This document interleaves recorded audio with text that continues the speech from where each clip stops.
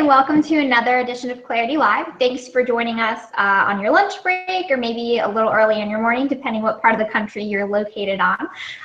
We've got Donnie Cooper here with us today. He's a web marketing expert, so he specializes in SEO, PPC, basically everything you need to know to drive inbound traffic to your website and to your company. So Donnie, thank you so much for being here with us today.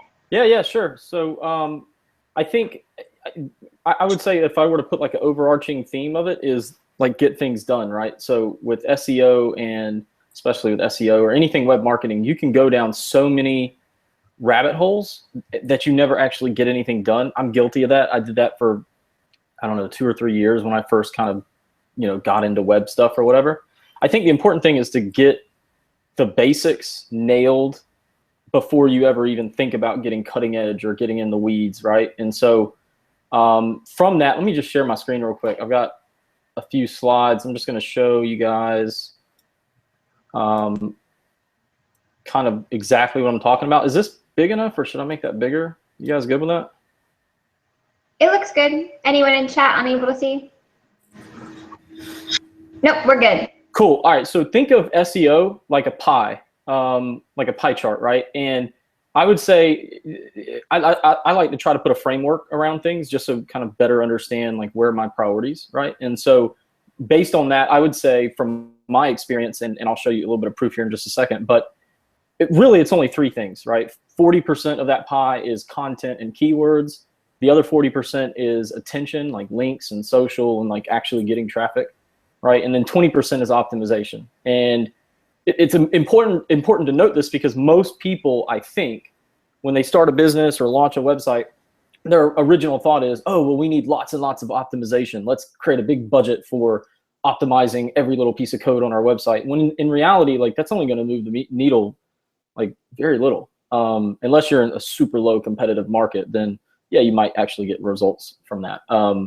But just a real quick, a little bit of proof on this actually. Let me pull up this web page. So here's this is on Google's actual site, right? And they say steps to a Google friendly site. And there's 3 things they mention. Give visitors information they're looking for, which obviously is content. Make sure other sites link to you, right? That's attention.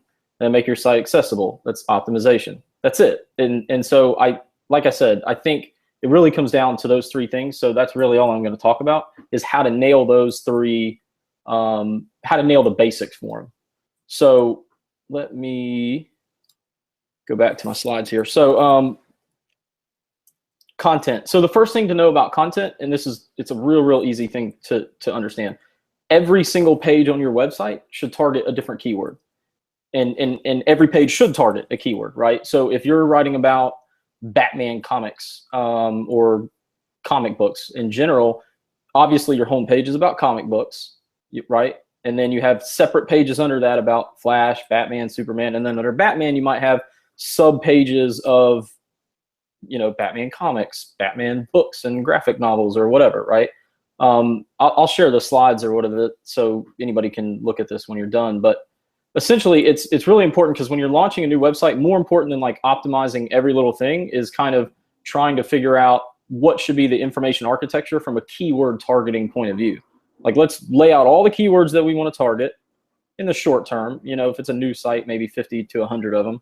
And let's organize them in a way that like makes sense and then pick a specific one to target on each page, right? And there's actually a really easy keyword research process to do that. Again, I'll share the stuff with you guys, and there's a 5-minute video showing you how to do it. I can show you now, I guess. Basically, I use Moz a lot, and I think probably everybody should too. Let's see. So it's literally to find the keywords that you want to rank for on your website. It's a 2-step process. Really easy.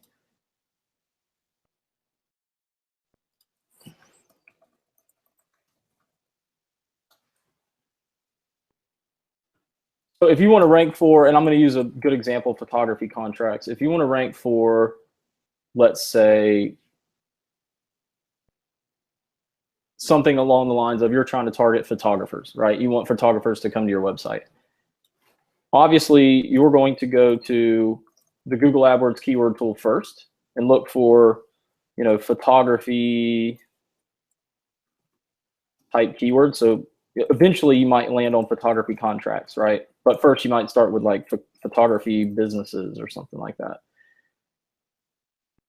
The whole goal of like, it's a two-step process. Your first step is you're just looking for keywords that have volume so that you can figure out what should I be writing about, right?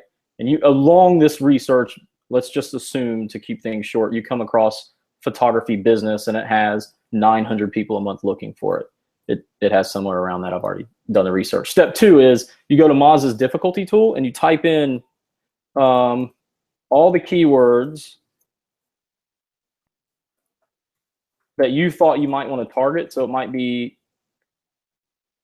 starting your own photography business, right? If your clients are photography businesses, you want to be writing about this because then they'll land on your site, or at least hopefully you want to rank for those keywords, right?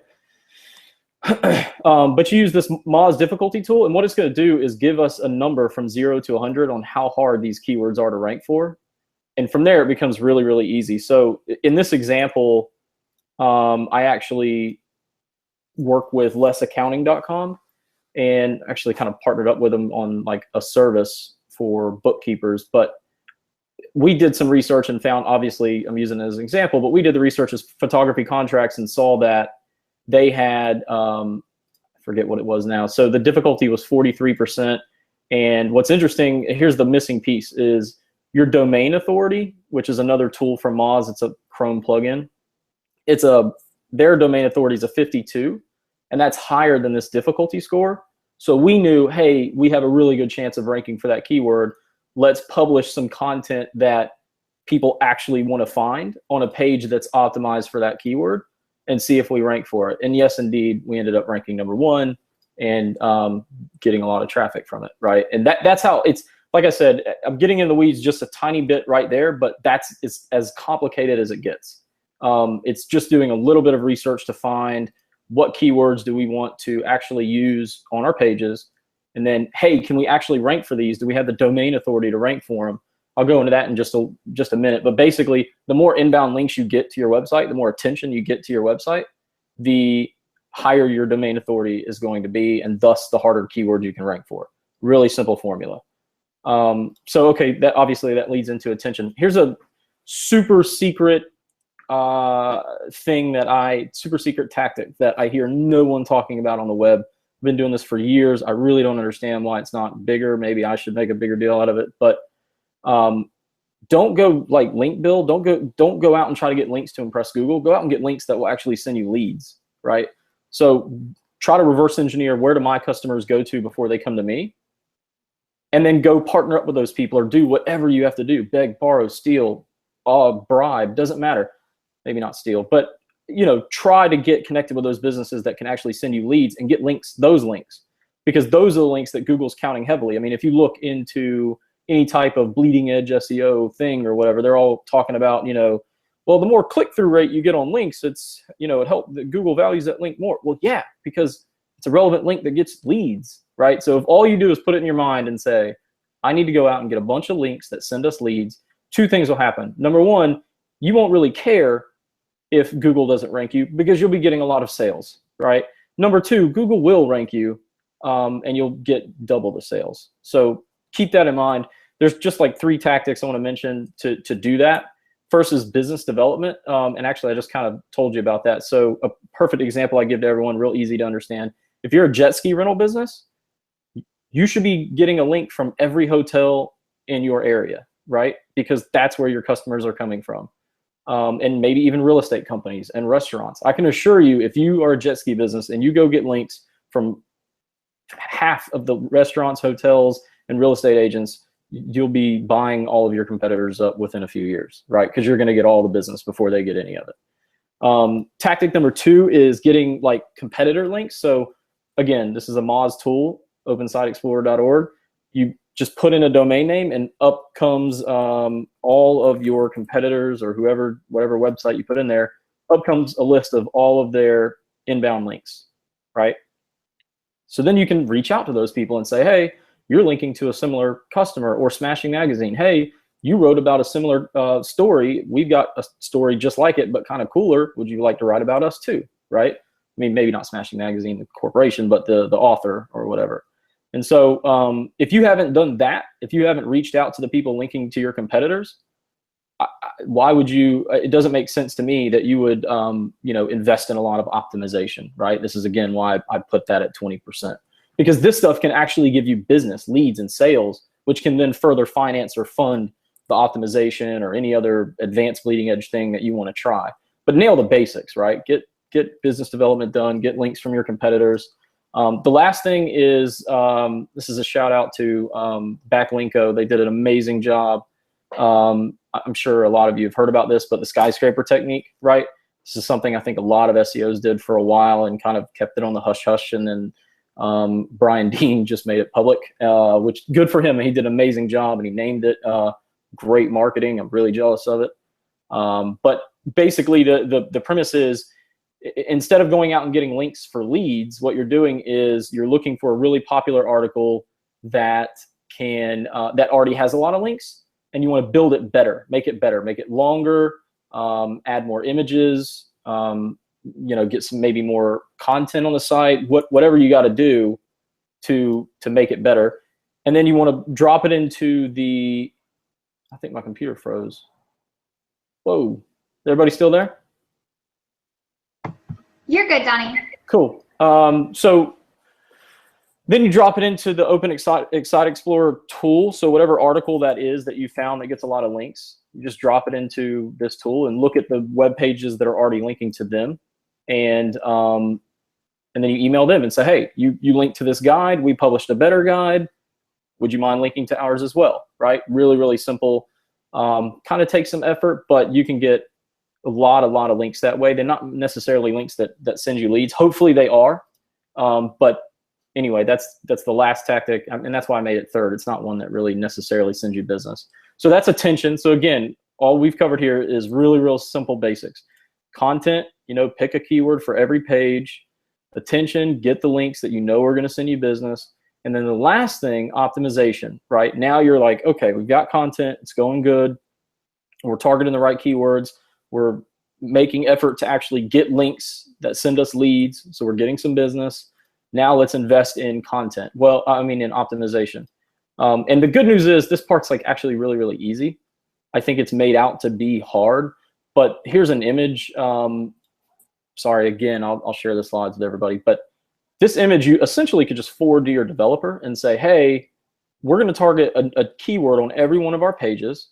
We want you to dynamically make that keyword automatically insert into the page title, the meta description, the H1, the file name for the image, right? And you can pretty much automate this so that all you have to do is pick the page title for the name, for the page title for the page, and it'll automatically be inserted everywhere else. And then have your content writers just mention to them like, hey, mention the word a few different ways in the content whenever you write an article.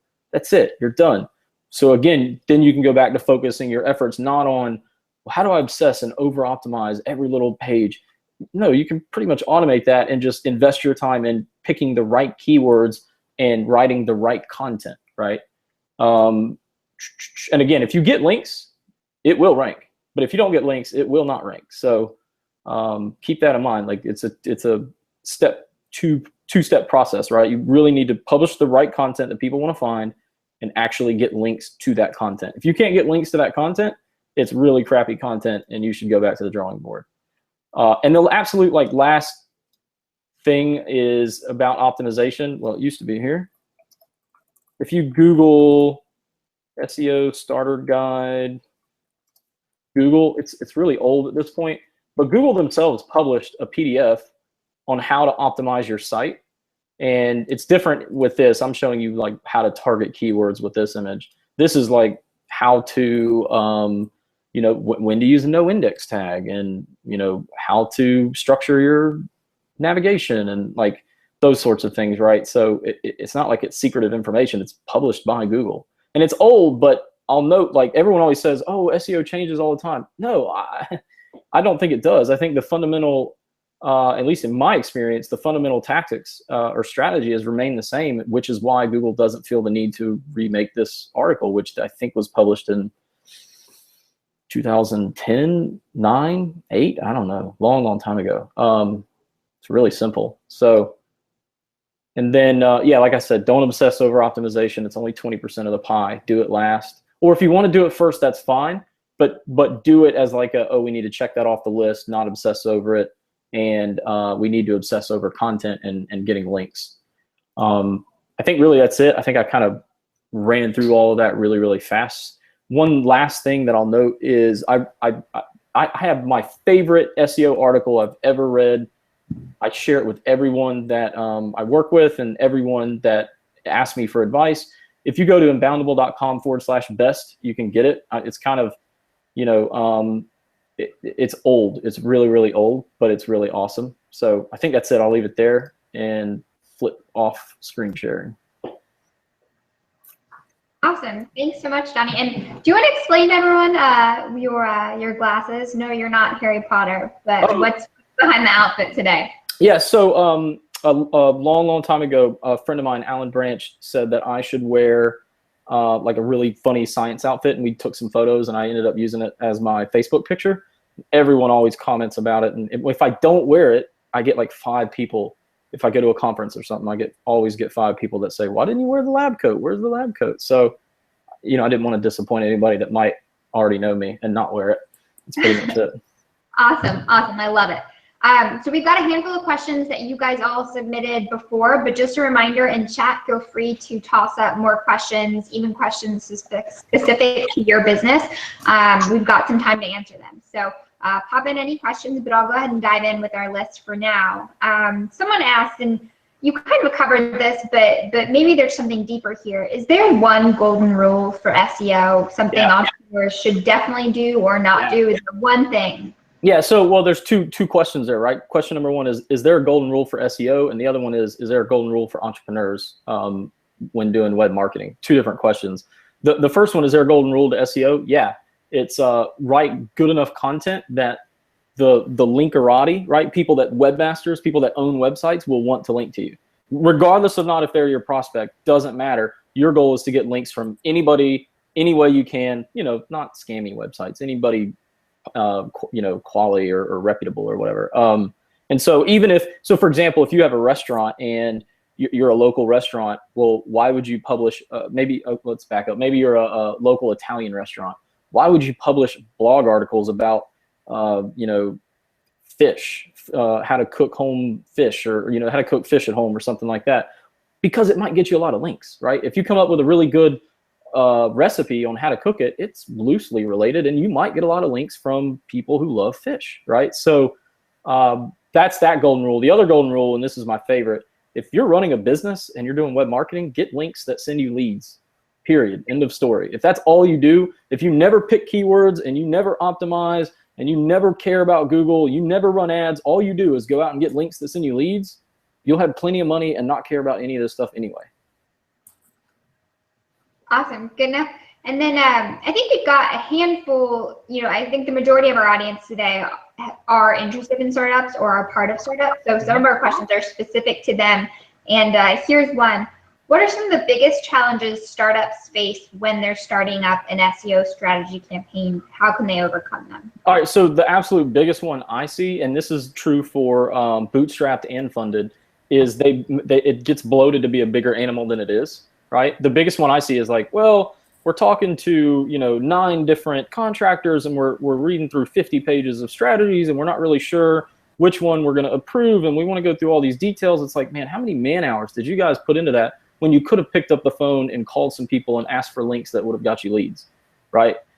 That's the biggest problem. Don't make it a big animal. Do you even need to hire anybody? Do you have a biz dev person? Do you have a salesperson that's not working all the time? Do you have a secretary that's not doing something all the time? Why aren't they spending their time calling possible business partnerships and trying to get a partner badge on those websites? Or screw the badge, just try to get a partnership of some kind, right? And so that would be my advice. Is it's the same thing with entrepreneurial, right? Like, you should always be selling and be scrappy and hustling. Same thing with SEO. Don't plan everything before you start. Just start and figure it out as you go along, but start. You know what I mean? awesome. And Matt actually just submitted this via chat, but can you discuss the skyscraper idea in more depth or explain that a little bit more? Yeah, if you Google skyscraper technique, it'll pop up. But essentially, what you're trying to do is you're looking for a piece of content that already has gotten a lot of links. You can use the Open Site Explorer tool. If you put a domain into it, there's a tab on the left side that says Top Pages. If you click that tab, it'll show you the pages on that domain that has the most links to it, right? So you can put like Mashable or something like that, and you'll see the pages on Mashable.com that has gotten the most inbound links. And if you notice that one of those happens to be, the content happens to be loosely related to your content, then you can take that content and make it better, longer, add more studies, more data visualization, more images, more whatever. And then you can email all the people that link to that article and any articles like it and ask them to link to yours too, right? I mean, if I have a website and I link to an article about how to hang glide, and you write an article about how to hang glide that's better, and you email me and say, hey, I rewrote this and it's way better, would you mind linking to it? Yeah, sure, it helps my visitors. Of course I'll link to it. So, I mean, does that help, you think? Yeah, awesome. Matt, let us know if you have any follow-up questions. We've got another question from Ahmed. What's your take on attorneys using SEO for their firm's websites? Any specific tips for the lawyers and attorneys out there? Say that one more time. What's your take on attorneys using SEO for their firm's websites? Yeah, so real quick, I see a question from Matt about Ajax and jQuery. Let me just answer that real quick. So again, you're focusing, like, do you really have a lot of links and amazing content? Because you're focusing on optimization there. Is that really where you should spend your time? So I would say probably not, unless you already have a lot of links. But the answer to the question is, it's real simple. Use Ajax or JavaScript to hide the content after the page loads, not show the content after the page loads. So real simple answer, and I wanted to shoot it at you. Should lawyers use SEO? Yeah, if they're trying to go after markets that actually search online for those keywords, absolutely. But again, I would do it differently than I think most lawyers probably do. If I were in charge or I had my way, I would want to blog about related things locally that have to do with, for example, I live in Panama City Beach, and every year, tons of people get arrested for drinking on the street, right? I mean, it's the same with every town, but it makes the news always locally because it's like, ooh, people got arrested, right? And so how come there's not a law firm locally blogging about, crime rate and incidents and how to get out of that stuff or whatever, right? So yes, they should, but they should write content that would genuinely help people for free, in the hopes that somebody says, hey, actually, I'll pay you for your help. Same reason I'm doing this webinar, right? Totally free, but maybe one out of however many people say, and maybe not today, maybe 3 months from now, 6 months from now, somebody says, hey, this is a lot of work. I'd really rather not deal with it. Let's talk. So the same thing with lawyers hiring an SEO. Okay, makes sense. Got a question from Adam. We build websites and take credit for the footer, because that's what his company does, which is a no follow per most theme code. Do you have a recommended way of linking back from the sites that you build that is a do follow link? Yeah, I don't think it matters either way. I mean, it's so common that, no doubt Google knows. First of all, it's on the same shared server, so it's all the same IP address. So Google already knows that you control most of them or something like that. Second of all, it's whether it's no follow or do follow, because it's so common, I don't think it matters either way. But I would definitely put the link there, or ask the client if you could put the link there, or whatever your relationship is, because you could get leads from it, right? More important than the link, you could get leads. Everything goes back to that for me. It's worth it for them. Yeah, because you might make sales. Absolutely, yeah. Okay, awesome. We have some more pre-submitted questions here. Sure. So here's from someone who's wanting to see rapid results. How long does it typically take to see results from your SEO efforts? If you are, so it depends, right? Are we assuming that the content got published today and you started doing outreach for links today? Assuming that, then I would say within 3 months, you should really start seeing some links being live. At month 6, you should start seeing more links being live and some movement in the search results. Month 9, lots of movement in the search results and lots of links. Month 12, there should be some jealous people of your efforts, right? There should be some people like, damn, we should have been doing that. What are they doing? And so I like to look at it quarterly for that reason. And the big reason is two things affect this time scale. Number one, Google only crawls the web roughly every 30 days, right? I mean, if you have a really popular site, they'll crawl it every day or whatever, HuffPo or whatever, right? But if you're a small niche site, like even my site is probably crawled once every 2 months because I don't get much traffic. I don't have many links, right? The shoemaker's kids don't wear shoes. But so it takes a while for Google to even see the links that you've gotten. But even a bigger factor than that is you're dealing with asking other people to stop what they're doing in their day, log into their website and make a change that's not going to help them in any way, or maybe marginally help their visitors. So you have to follow up real nicely over a long period of time before they actually do it, right? So if you start today, it'll probably take you 2 or 3 months before you actually start even getting the links live. Okay, awesome. This is just a question for your favorite tools outside of Moz. Any other tools you'd recommend for people just getting started with SEO? Just getting started? No, absolutely not. I mean, the AdWords keyword planner, obviously, but just getting started? Nope, absolutely not. If you've been doing it for 6 to 9 months and you're like, hey, we need better data, more links, more data to reach. Like, for example, I like using Majestic if I'm looking for competitor links because they have a larger index of the web than Moz does. But I've been doing this for I literally just started using Majestic, I think 2 years ago. I did it for many, many years without, you don't need it, just get things done, right? The more time you're in tools and looking at data, the less time you're actually asking for links. So you're doing it wrong. Like 80% of your time should be spent communicating with other people trying to get the needle moved. 20% of your time should be spent with data and trying to get things figured out. That makes sense. So how can I strike a balance between paid and organic efforts? You can't. So paid in and of itself is either profitable or it's not. If it's profitable, you want to go to the bank, get a loan, and put as much money into that system as you possibly can, right? Maybe not all at once, but you scale it up a little bit over time to make sure that it remains profitable. If I put in $100 today on an ad and I see I got $500 back, tomorrow morning at 8:01, I'm going to be at the bank asking for a $50,000 loan. And then I'm going to put in 1,000. And the next day I'll put in 2. And I'll do that until either the results stop or I can't. And so I'm assuming the question is more, hey, I don't know if it's going to work. Should I try it or not? Or should I be trying SEO?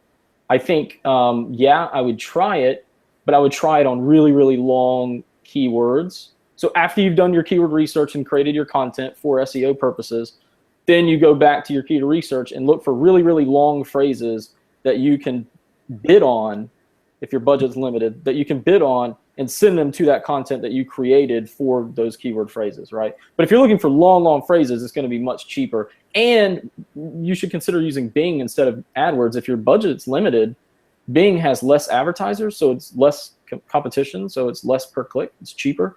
So if you have a limited budget, instead of going straight to Google AdWords, start with Bing. Because if the keywords work on Bing, they'll probably work on Google too. But yeah, I think that answers it. Yeah, definitely. And we've got one last question, unless anyone wants to throw another one in chat. Can you give a case study for a company that you've worked with and overhauled their SEO successfully? So you started from scratch or started from something that wasn't good and turned it around, and kind of talk through what you did. Yeah, I mean, so there's a ton, right? But I think it's a long, long conversation. I think email me and I'll be like, and I'll tell you one more specific, Donnie@inboundable.com. I think it really depends on like what parameters you're looking for. Like, oh, we optimized it and everything ranked, or hey, we did some link building and everything ranked. Like a jet ski company that I mentioned earlier on, that was the first one I ever did, and I literally stumbled on that from blind luck because I wasn't out trying to do SEO. I was out trying to get sales, and then I noticed like, oh, this makes you rank in Google, right? But obviously I've worked with a lot of SaaS companies too, and so email me and I'll give you more of a specific thing. I'm actually I've been looking at like trying to publish case studies and stuff, and I probably need to like ask people if it's okay that I do that. I've signed a few NDAs, and some people aren't really cool with you putting a lot of that stuff out there, so I don't really know. Sure. But I'll publish it. Check out Inboundable. Oh, a link to the slides is inboundable.com/Laymans or Layman, either one will work, and I'll take you to the slides. Awesome. That's a great solution. We're also going to try to send it out in our follow-up email to everyone. And Donnie, just so you're aware, we're going to be posting an article giving more tips on startups.co as well. So cool. Unless anyone has any last questions, we'll go ahead and wrap up. So thank you so much for being here with us today. I think everyone learned a lot. Got some great takeaways. I'm excited to see those case studies if you publish them. And one more time, what's the best way for people to get a hold of you down the road if they have any questions? Donnie at inboundable.com, or Clarity, of course, obviously. I have a lot of calls on Clarity. If you want, well, yeah, that's good. I was going to say, check out my reviews on Clarity. It's really, really good reviews, and I'm really proud of that. A lot of people real happy. They're like mini case studies, right? Good reviews. But I'll try to add like maybe a case study to the slides or something this weekend, or maybe early next week or something like that. Okay, awesome. Well, thanks everybody for being here, and we appreciate you being here. Just after we sign off, there's going to be a little bit of a lag in the video. We're testing out a new webinar tool, but don't worry, we'll be fixing that soon. So thanks so much to everyone. Have a great day.